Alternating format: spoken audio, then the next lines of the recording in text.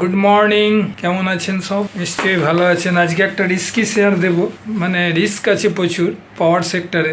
রিলায়েন্স গ্রুপের কোম্পানিটা ইন্টারন্যাশনালিও প্রজেক্ট হচ্ছে, বোথ ইন্ডিয়ান আর ইন্টারন্যাশনাল দুই জায়গায় আছে। Company on it's own and through subsidiaries a large portfolio of power generation capacity both in operation as well in capacity building under development। এই সবগুলো তৈরিও করছে, আবার অনেক প্রজেক্ট রয়েছে, কিন্তু হিউজ প্রফিট মানে লসে থাক। এবারে আস্তে আস্তে দেখছি প্রফিটটা মানে 2 কোয়ার্টার থেকে লসটা কমে আসছে। প্রথমে 1100, এবারে 350। এইবারে যে জুনটা এসছে এতে দেখলাম 89 crore লস এসছে। তো যারা খুব রিস্ক নিতে পারেন এইসব শেয়ারগুলো চিন্তা করতে পারেন, বেশি দাম না। রিলায়েন্স পাওয়ার নাম, আর পাওয়ার 32 টাকার মতন দাম আছে, 10 টাকা face value share, market cap 13,091 কোটি, প্রাইস ওই 32 টাকা 60 পয়সা, বুক ভ্যালু 28 টাকা 90 পয়সা, ROC 1.4, মানে কিছুই নেই। হ্যাঁ, আর ওই 17.60, ফেস ভ্যালু 10 টাকা আছে।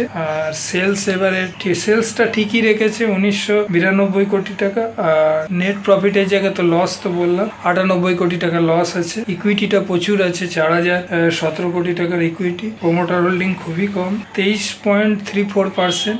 FII হোল্ডিং ভালো আছে 12.71%। Domestic institution 3%। প্রায় 8-10 বছর আগে ইস্যুটা এসেছিল, এরা 500 টাকার উপরে নিয়েছিল, কিন্তু সেরকম কিছু কাজ করতে পারেনি। এটা রিলায়েন্সের মানে ধীরুভাই আম্বানির ছোট ছেলের মুকেশের ভাই, ওর এই প্রজেক্টটা নিজস্ব কোম্পানি।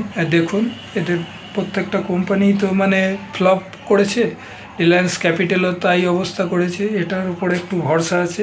তাই যারা রিস্ক বেশি নিতে পারেন এসব শেয়ারগুলো করবেন, ভাববেন মানে পড়বে ভেবেই নিতে হবে, কারণ এর কোনো ঠিক নেই। আর যদি ভালো লাভে ঢোকে তো আমার মনে হয় 70-80 টাকায় চলে যেতে পারে ইন ফিউচারে।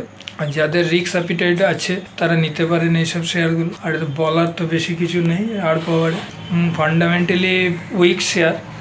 হ্যাঁ, তো দেখা যাক, পাওয়ার সেক্টরে রয়েছে তো ইন ফিউচারে লক্ষ্য রাখবেন।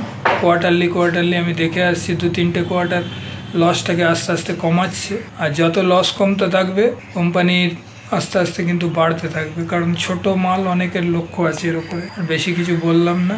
থ্যাংক ইউ দেখার জন্য। পরে আবার ভিডিওতে দেখা হবে, পারলে একটু সাবস্ক্রাইব করে দেবেন। Thank you.